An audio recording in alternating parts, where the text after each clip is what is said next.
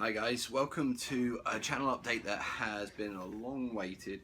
I have been so busy over the last 3 months. I really haven't got much out, and I apologise for that. I do plan to get some more videos out over the summer, hopefully while things sort of settle down. It's been extremely hot here. The weather has been sort of up and down. It's been humid, it's been wet. We've had thunderstorms, tornadoes. It's just been all over the place. But I have started to get some things done. I've also had a few small purchases, not really, in fact most of the purchases have been from a few months ago, but I haven't really updated you and let you know what that is. So I'm going to go through quickly what I've done, what I'm doing, what I've bought recently. I've also got a big thank you to say towards the end. Just to let you know that there are more updates coming. I will have part 2 of Scout Terrain coming very shortly, hopefully in the next week. I will also have minefields, making minefields. That's going to appear, that video, and hopefully I'll get an article out in Warlords soon on my Desert Rats that I'm doing. Just to give you a quick update on the Desert Rats, I have built my Crusader, and I primed him, started to paint him. I'm not happy with what's happened with the paint. I think it's a little bit of an old paint. It's been standing around too long, so I'm actually going to try an Iraqi sand on that, and that will actually be in my article. I've got my 1825 pounder, which will be in the article. I haven't actually done a very good job of priming that. I might have to prime that again, but needless to say that that's going to look really good. And my Bedford 3-ton truck as well, and I've left the cab sort of separate so I can choose how I'm going to do that. Might put some SAS in the back and have it open top, don't know yet. So they're going to get a good paint. What I'm going to do with these two, the artillery piece and the truck, that perhaps is a little different than perhaps other Africa armies that you see, is that I'm actually going to paint them up as if they've just got off the boat, or they've been off the boat for maybe a week, fresh from Europe or from England. I'm going to do some probably heavy weathering over a very European paint scheme, so greens, or sort of a browny green colour, and then on top of that I'm going to do lots of weathering, and I really want this to be a weathering piece. So that's what I've got planned for that. In terms of figures, I have primed and painted, or I've primed 1, 2, 3, 4, 5 extra guys, plus the 2 guys to go with the artillery piece. I've got 1, 2, 3, 4, 5.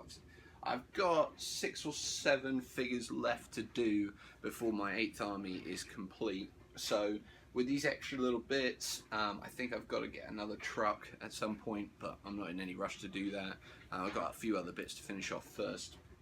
But once I've done those, my Desert Rat force will be complete with my terrain, so I'm really pleased about that. So that's one thing I've been doing. Another thing I've been doing, just as kind of, sort of just to break up things, make it a little bit, do something a little bit different. I have had, as I've said before, the box sets for Saga, or the Grip and Beast plastics, and I've actually started.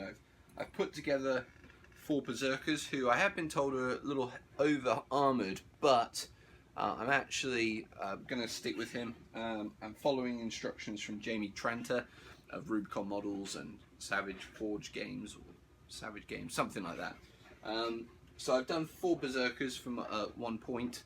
I've also produced 12 Slingers as well. So I will be doing some reviews on those figures, on the box sets. Once I get those painted up, I'll probably do some sort of showcase of my Viking warband, which I'm getting closer to. I'm now 2 units down, or 2 units up, so not too many more to go. So that's that. I'm not sure if I showed you this before, but I ordered some barbed wire for my for some barbed wire obstacles. I bought 4 packs of these from Warlord, and they've arrived. I also ordered Hail Caesar rulebook, so I'm very excited to get into that at some point with some Romans and Germanics, but I haven't got those yet, so that's a long-term project. Sorry about that, guys. There was a bit of a technical issue there. I filmed this all on my phone, and the storage space had run out, so it just cut the video. So anyway, we're back. Second book that I purchased when was Ostfront. Really good, really like this. I'll do a product review on that at some point, along with the Hell Caesar rules as well. So I'll throw that all in to let's just make that there. Into some product review, so we won't put that in this video. Anyway, right, moving on. Also, what else have I been doing? I have painted up some 15mm Africa core. They're really small, but they were a lot of fun to do, and they're very quick to do as well. I have, I think, eight lollipop sticks done with 4 figures on each, so 8 times 4 is, yes, my maths needs some work. Anyway, moving on. If you know the answer, put it in the comments box. So done them, really pleased. I've also got some Australians in 15mm to do. They're actually Flames of War figures, but I'm going to base them individually and basically have them done for Battle Group, the game Battle Group, and hopefully get into that. So that's going to be good fun. Good. Now the big. I think that's everything. Yes, that's everything. We've done the Vikings. We've done the 8th Army. Good. Done the books. Right. So the big kind of news for today is I received a package. Before we move on, anybody who's seen any of my train videos, I will be doing another update very soon. I have changed the plan quite a bit. There's lots to tell you about, lots of good stuff to show you. So there will be an update coming on that shortly.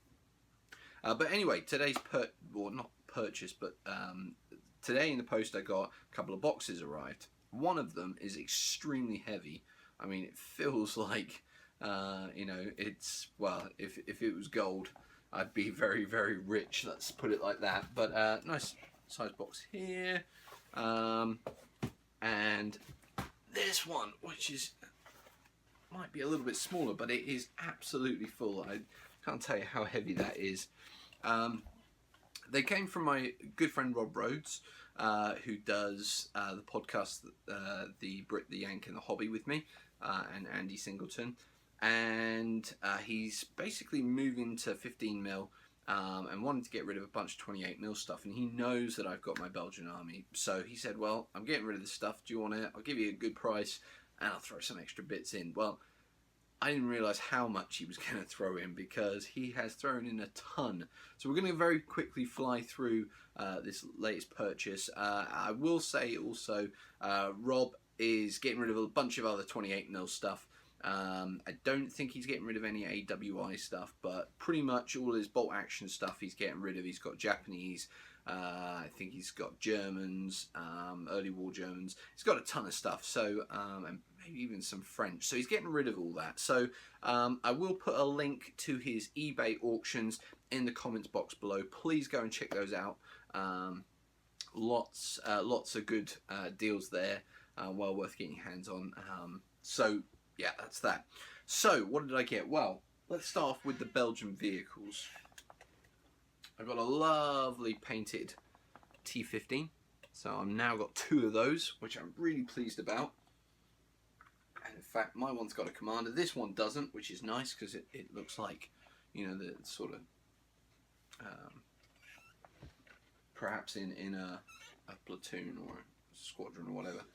And I also got 2 ACR1s. Now, I'm not familiar with this tank. Apparently it's a Belgian tank.